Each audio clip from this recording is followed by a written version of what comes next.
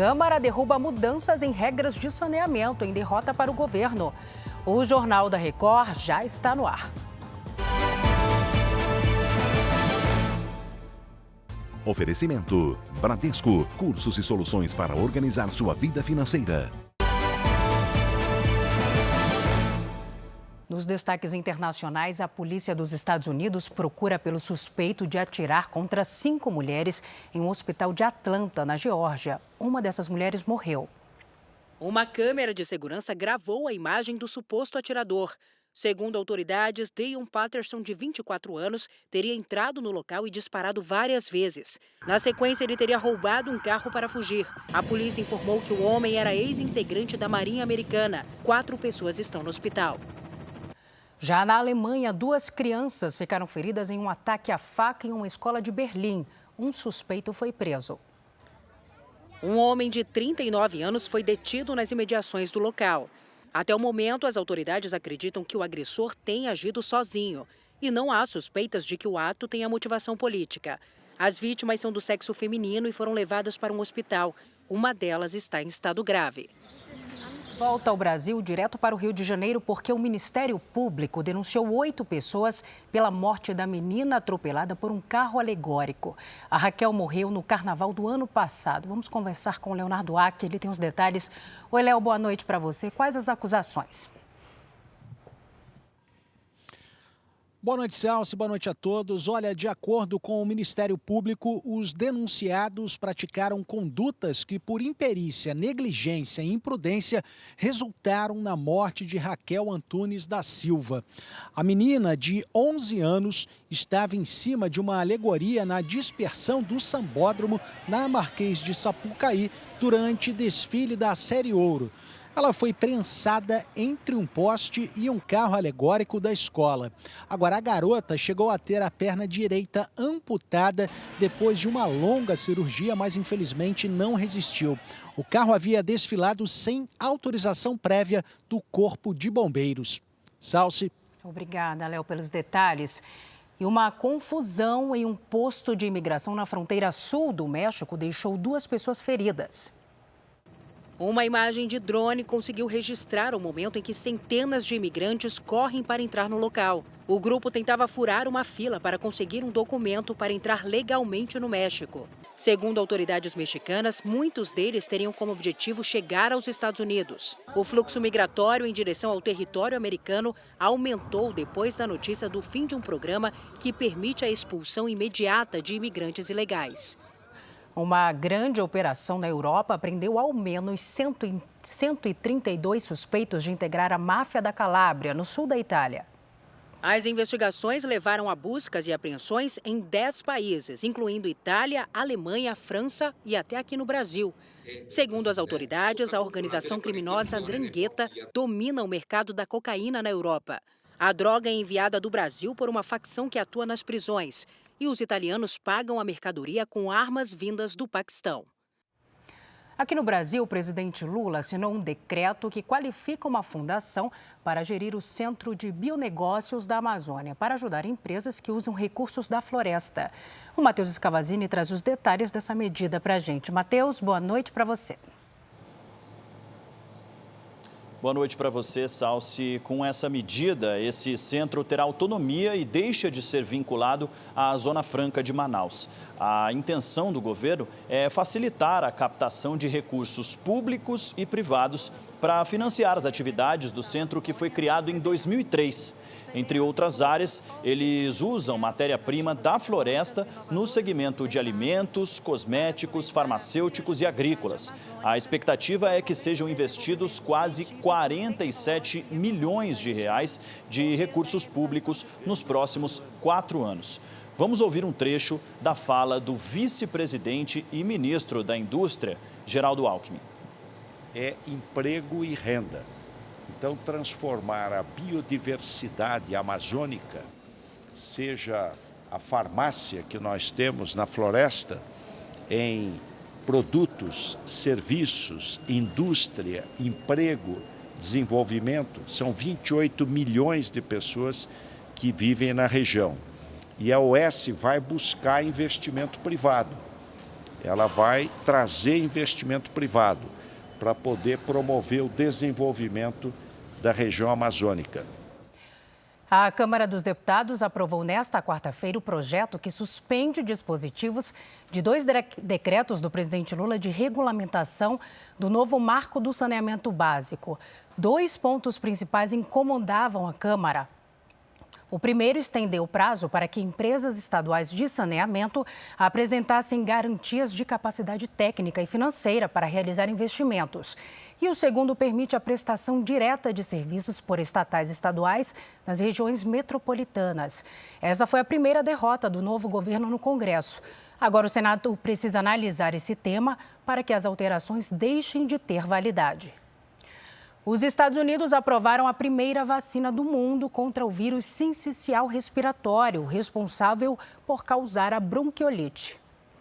O imunizante, feito por uma farmacêutica britânica, é indicado para pessoas a partir dos 60 anos.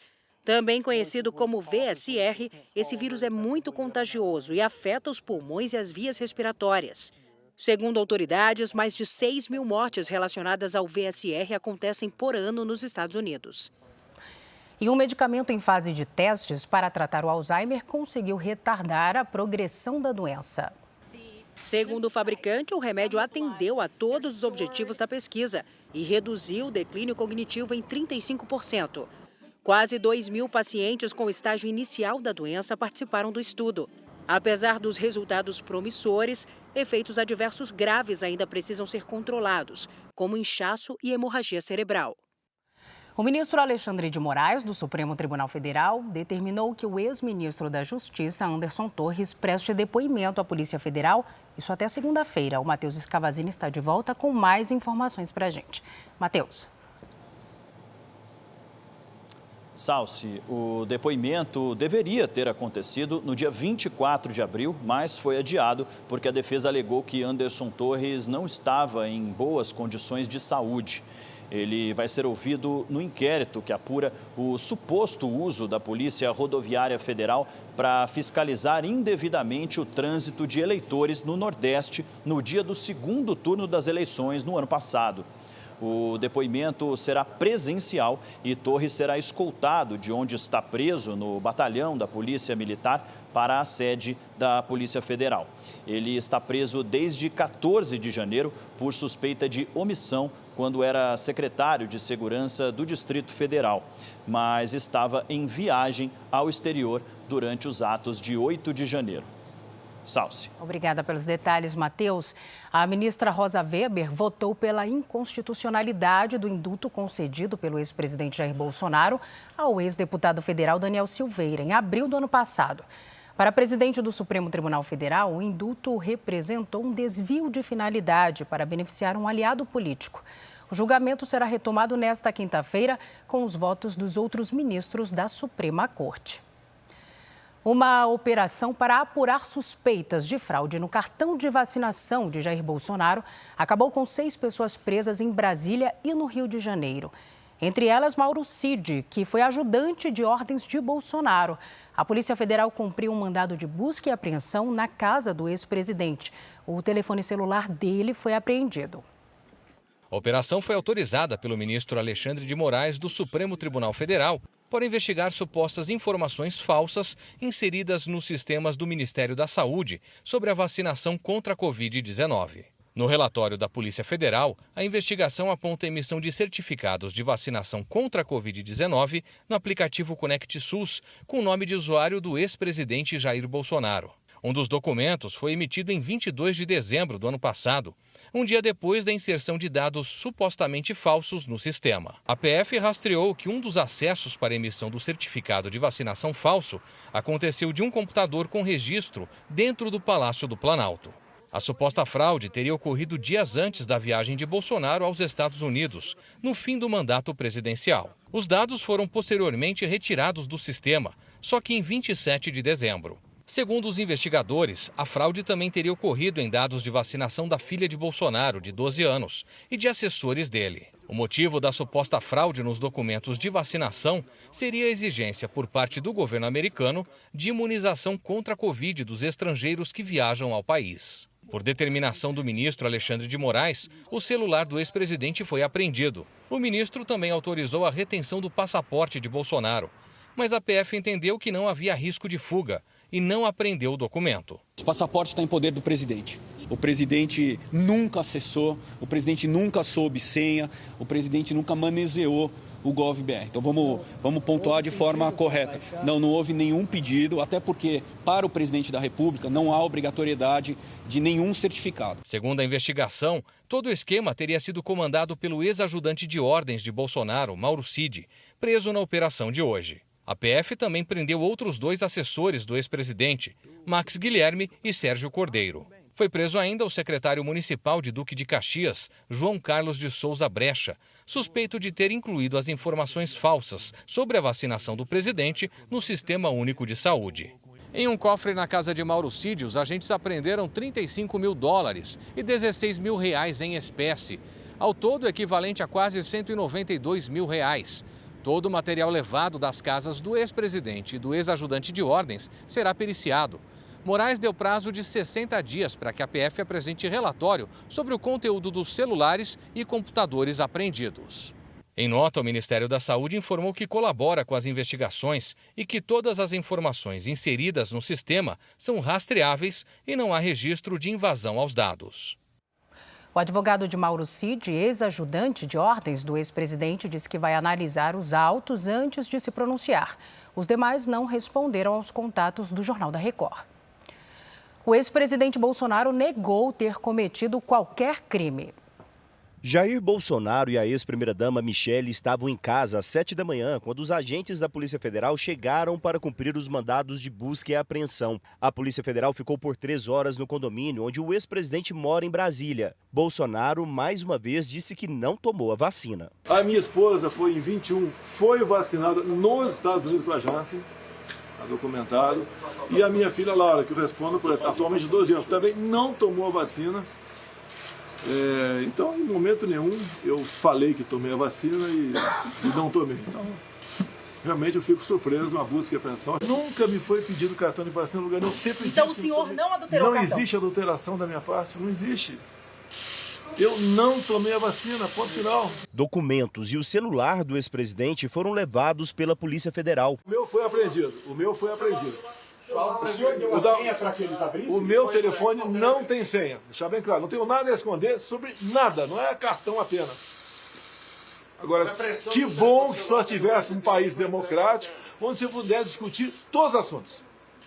Tem assuntos que é proibido falar no Brasil. Um deles é a vacina. A Polícia Federal também intimou Jair Bolsonaro a prestar depoimento nesta manhã, mas a defesa disse que ele só vai falar quando tiver acesso ao processo. Assim que a gente tenha condições de analisar os autos na sua integralidade, vamos dispor uma nova data, como sempre o presidente esteve disponível para tanto. Não sei se nessa semana, mas é interesse nosso, inclusive, que se promova o quanto antes essa oitiva. Aliados do ex-presidente reclamaram também do fato de a Procuradoria-Geral da República não ter visto necessidade da operação na casa de Jair Bolsonaro. E mesmo assim ela ter sido autorizada pelo ministro Alexandre de Moraes do Supremo Tribunal Federal. O ex-presidente, depois de deixar a casa dele, passou quase todo o dia na sede do Partido Liberal em Brasília. Eu apurei com fontes do governo americano que o ex-presidente foi 3 vezes aos Estados Unidos no ano passado com o passaporte diplomático.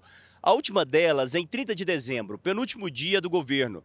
Nesse caso, Bolsonaro não era obrigado a apresentar comprovação de vacinação. Em janeiro, o visto dele foi substituído pelo de turista. Para turistas estrangeiros, a vacinação é exigida antes da viagem. O ex-presidente ficou quase 90 dias em Orlando, no estado da Flórida. Menores de 18 anos, como a filha dele, Laura, não são obrigados a se vacinar. O governo de São Paulo lançou nesta quarta-feira um pacote de medidas para combater a corrupção na administração pública. O governador Tarcísio de Freitas, do Republicanos, assinou 4 decretos para implantar o programa, que ganhou o nome de Radar Anticorrupção. O objetivo é criar e aprimorar mecanismos de prevenção, detecção e punição de desvios na administração estadual. O programa é inspirado no sistema implantado no Ministério da Infraestrutura, quando Tarcísio de Freitas era ministro. Em São Paulo, a Controladoria Geral do Estado fez uma pesquisa para avaliar a percepção dos servidores sobre a corrupção. e a forma de lidar com o problema. Hoje estamos aqui reunidos para celebrar e, ao mesmo tempo, arregaçar as mangas para entregar ao Estado de São Paulo uma estratégia anticorrupção sólida que, ao fim e ao cabo, tem por objetivo modificar a cultura de integridade da administração pública do Estado de São Paulo. O programa prevê a implementação de 83 medidas. Uma das principais ações é fortalecer em todas as secretarias e órgãos do governo estadual os canais para receber informações sobre irregularidades.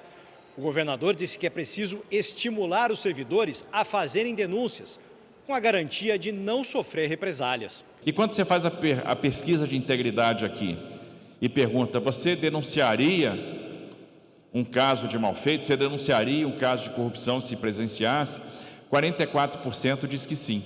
Mas, se você garantir a integridade da pessoa, se você garantir o anonimato, se você garantir que ele não vai ser retaliado, 97% das pessoas dizem, eu denunciaria. O governador também disse que o combate à corrupção aumenta a eficiência das políticas públicas. Nós vamos ter serviços que vão ser cada vez mais bem prestados.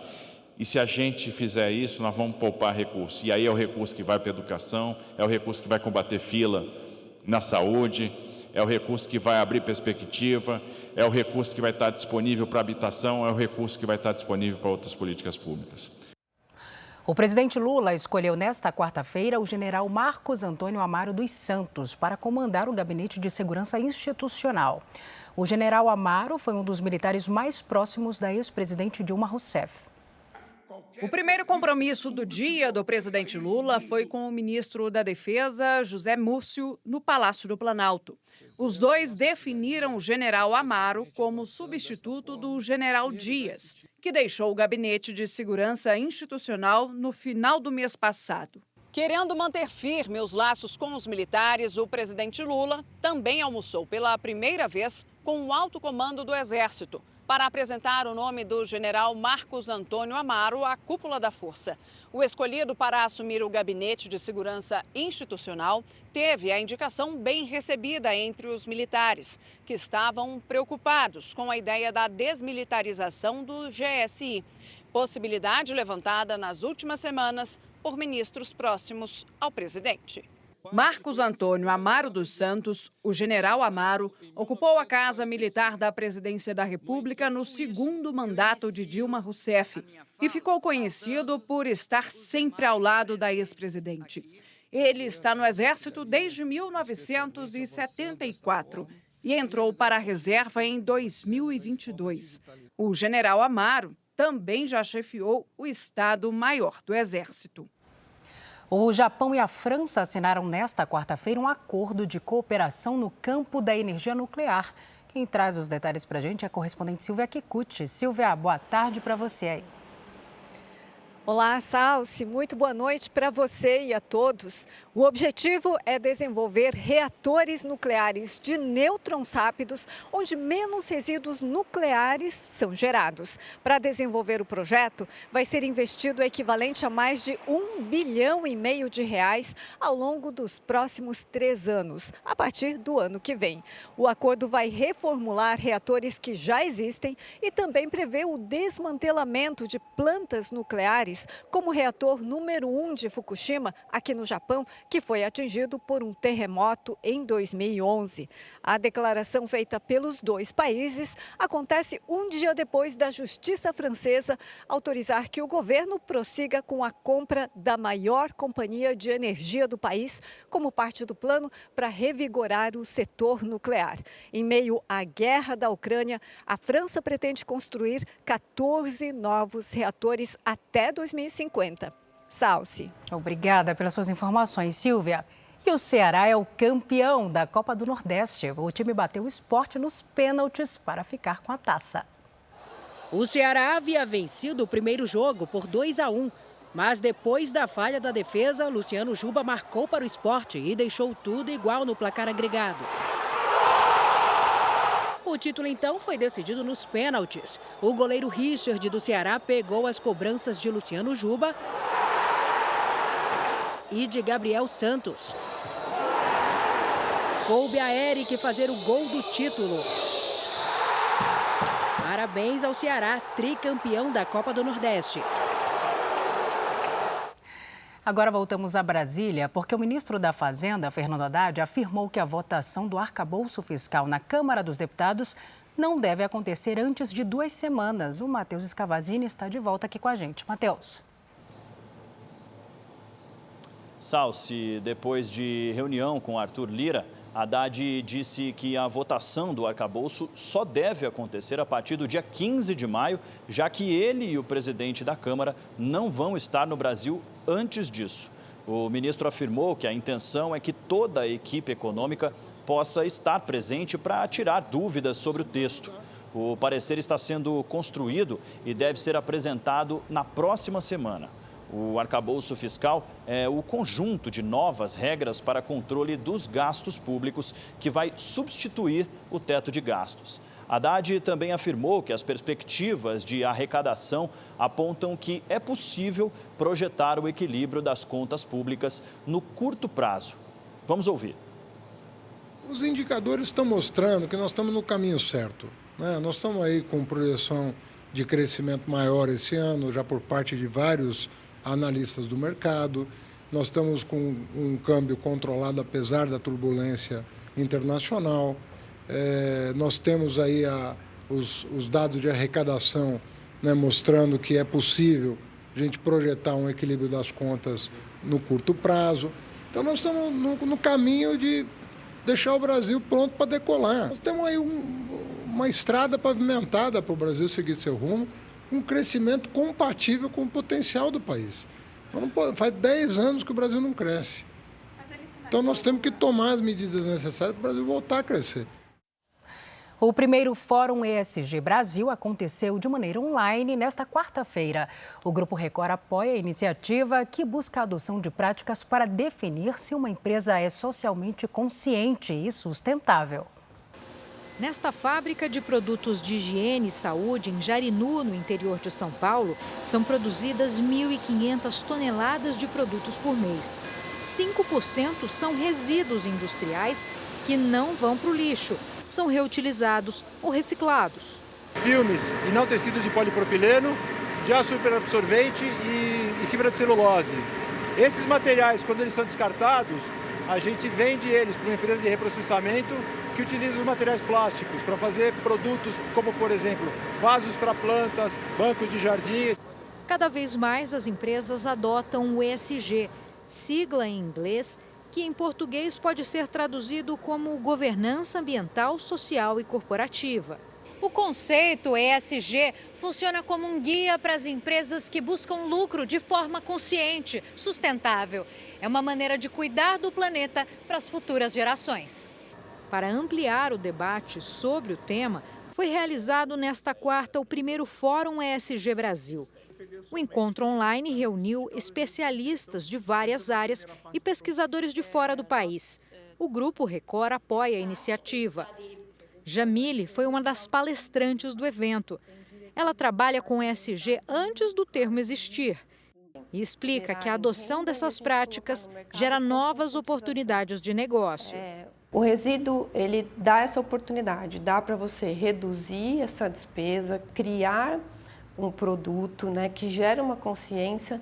E eu trabalho com diversos tipos de públicos em vulnerabilidade. Então, já envolvi deficiente intelectual, mulheres violentadas, cooperativa trans. Vai sempre pegar um objetivo social com o ambiental, gerando um econômico. Um quadro do pintor francês Henri Rousseau está prestes a ser vendido em um leilão em Nova York. A pintura a óleo, feita em 1910, pode ser vendida pelo equivalente a 90 milhões de reais. Chamada de Os Flamingos, a obra mostra as aves perto de um lago, uma cena imaginada pelo autor que nunca saiu da França. A peça vai ser leiloada na semana que vem. Já nos Estados Unidos, uma guitarra que foi destruída pelo ídolo do rock Kurt Cobain vai ser leiloada no final deste mês. O instrumento chegou a ser remontado para o leilão, mas não pode ser usado. Mesmo assim, ainda é esperado que o item seja vendido pelo equivalente a 400 mil reais. A guitarra, que tem 29 anos, também tem o autógrafo de Kurt e dos outros 2 ex-integrantes do Nirvana. O vocalista e guitarrista da banda morreu em 1994. Este foi o Jornal da Record. Outras informações na primeira edição do JR 24 horas, às 7 da manhã. Você fica agora com Fala Que Eu Te Escuto. Boa noite para você. Cuide-se. Tchau.